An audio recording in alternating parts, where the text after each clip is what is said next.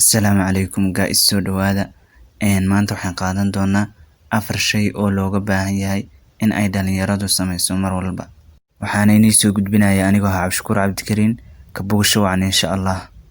Lambar 1 u ixsaan fal waalidkaaga sidii markii aad yarayd ay kuugu ixsaan falayeen. Markay waaweynaadaan u ixsaan fal, hana ku dhihin hadal xun oo dhagahooda ku reemaya walaal. Xaqa waalidka ma gudi karna walaal, balse hadalka u jilci mar walba oo aad la hadlaysid. Lambar 2 marnaba ha dayicin 5 salaadood walaal. 5 salaadood ee Alle kugu waajib yeelay marnaba ha ka tagin walaal. Sida ay dhammaanteen wada ognahay, salaada masaajidka lagu tukado iyo salaada guriga lagu tukado way kala fadli badan yihiin. Waxaa aad u fadli badan salaada masaajidka lagu tukado oo lagu siinayo 25 darajo, halka ta aad guriga ku tukatid lagu siinayo 1 darajo oo kaliya. Marka ajarkaas yu ku dhaafin walaal. Lambar 3 ha dayicin akhriska Quraanka Alle walaal. Quraanku qalbiga ayuu dejiyaa. Salaadii aad tukataba gadaasheeda waxaad akhrisataa Quraan si aad u liimaanto adduunyo aakhiraba.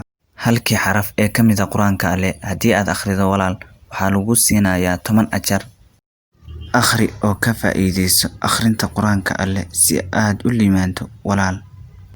Bal maxaad u malaynaysaa qof maalinkii akhriyay 1 jis ama 2 jis ama 3 jis ama 4 jis ama 5 jis? Qofkii Quraanka Alle akhriya, Alle ajar aad u weyn ayuu xisaabinayaa oo siinaya.